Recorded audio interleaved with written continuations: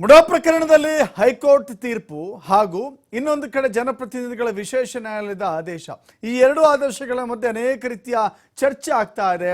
ಸಿಎಂಗೆ ಶಾಕ್ ಅಂತ ಹೇಳಿ, ಸಿಎಂಗೆ ಒಂದು ರೀತಿಯ ಟೆನ್ಷನ್ ಅಂತ ಹೇಳಿ.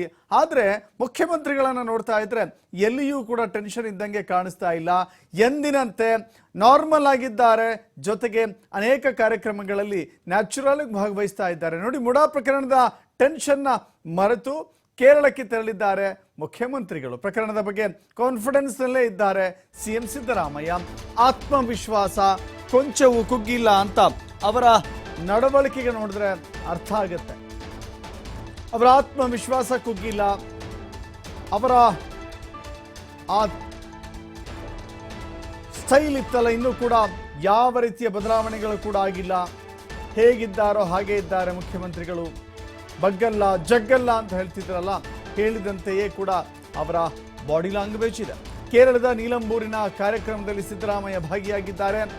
ಆರ್ಯವರ್ಧನ ಮೊಹಮ್ಮದ್ ಸಂಸ್ಮರಣಾ ಸಮಿತಿ ಆಯೋಜಿಸಿದ್ದಂಥ ಕಾರ್ಯಕ್ರಮದಲ್ಲಿ ಭಾಗವಹಿಸಿದ್ದಾರೆ. ರಾಷ್ಟ್ರೀಯ ವಿಚಾರ ಸಂಕಿರಣ ಮತ್ತು ಪ್ರಶಸ್ತಿ ಪ್ರದಾನ ಸಮಾರಂಭ ಅದನ್ನು ಉದ್ಘಾಟನೆ ಮಾಡಿದ್ದಾರೆ.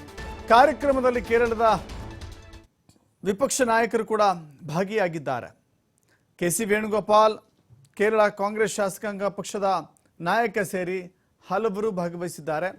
ಕೇರಳಕ್ಕೆ ತೆರಳಿದಂಥ ಮುಖ್ಯಮಂತ್ರಿ ಸಿದ್ದರಾಮಯ್ಯ ಅವರನ್ನು ಅತ್ಯಂತ ಪ್ರೀತಿಪೂರ್ವಕವಾಗಿ ಅಲ್ಲಿ ಸ್ವಾಗತಿಸಲಾಗಿದೆ. ಮುಖ್ಯಮಂತ್ರಿಗಳು ಟೆನ್ಷನ್ ಇಲ್ಲಿದ್ದಾರೆ, ಮುಖ್ಯಮಂತ್ರಿಗಳಿಗೆ ಬಿಗ್ ಶಾಕ್, ಹೀಗೆ ಅನೇಕ ರೀತಿಯ ಸುದ್ದಿಗಳಿತ್ತಲ್ಲ. ಮುಖ್ಯಮಂತ್ರಿಗಳನ್ನು ನೋಡ್ತಾ ಇದ್ದೀರಿ, ಹಾಗನ್ಸುತ್ತಾ? ಮುಖ್ಯಮಂತ್ರಿಗಳನ್ನು ಅವರ ಮಾತುಗಳನ್ನು ಕೇಳ್ತಾ ಇದ್ರೆ ಹಾಗನ್ಸುತ್ತಾ? ಇಲ್ಲ. ಮುಖ್ಯಮಂತ್ರಿಗಳು ರಾಜಕೀಯ ಎದುರಾಳಿಗಳನ್ನ ರಾಜಕೀಯವಾಗಿ ಎದುರಿಸ್ತೇನೆ ಅಂತ ಹೇಳಿದ್ರು. ಯಾವುದೇ ಹಿಂಜರಿಕೆ ಇಲ್ಲದೆ ಅದೇ ರೀತಿ ಅದೇ ಟಿವಿಯಿಂದ ಸಿದ್ದರಾಮಯ್ಯ ತೆರಳ್ತಾ ಇದ್ದಾರೆ. ಎಂದಿನಂತೆ ಅತ್ಯಂತ ಸಹಜವಾದಂಥ ನಡವಳಿಕೆಯ ಮೂಲಕ ಸಿದ್ದರಾಮಯ್ಯ ಗಮನ ಸೆಳೀತಾ ಇದ್ದಾರೆ. ಯಾಕೆ ಈ ಮಾತನ್ನು ನಾವು ಒತ್ತಿ ಒತ್ತಿ ಹೇಳ್ತಾ ಇದ್ದೀವಿ ಅಂದರೆ, ಸಿದ್ದರಾಮಯ್ಯ ಅವರ ಜಾಗದಲ್ಲಿ ಬೇರೆ ವ್ಯಕ್ತಿಗಳಿದ್ದಂಥ ಸಂದರ್ಭದಲ್ಲಿ ಹಿಂದೆ ಏನೆಲ್ಲ ಆಗಿದೆ ಅಂತ ಗಮನಿಸಿದ್ದೇವೆ. ಏನೆಲ್ಲ ಆಗಿದೆ? ಯಾವುದೋ ಮುಖ್ಯಮಂತ್ರಿ ಪದವಿ ಅಥವಾ ಅಧಿಕಾರ ಕಳೆದುಕೊಳ್ಳುವ ಸಂದರ್ಭದಲ್ಲಿ ಎಷ್ಟು ಜನ ಕಣ್ಣೀರು ಹಾಕಿದ್ದಾರೆ, ಭಾವುಕರಾಗಿದ್ದಾರೆ, ತಮ್ಮ ನೋವನ್ನು ತೋಡ್ಕೊಂಡಿದ್ದಾರೆ, ಎಲ್ಲವೂ ಕೂಡ ನೋಡಿದ್ದೇವೆ. ಬಟ್ ಸಿದ್ದರಾಮಯ್ಯ ಅವರ ಮಾತುಗಳನ್ನು, ಸಿದ್ದರಾಮಯ್ಯ ಅವರ ನಡವಳಿಕೆಯನ್ನು ನೋಡ್ತಾ ಇದ್ದರೆ ಯಾವುದೇ ಭಯ ಆತಂಕ ಅವರನ್ನು ಆವರಿಸಿಲ್ಲ ಅನ್ನೋದು ಅವರ ಆಂಗಿಕ ಭಾಷೆ ಹೇಳುತ್ತೆ.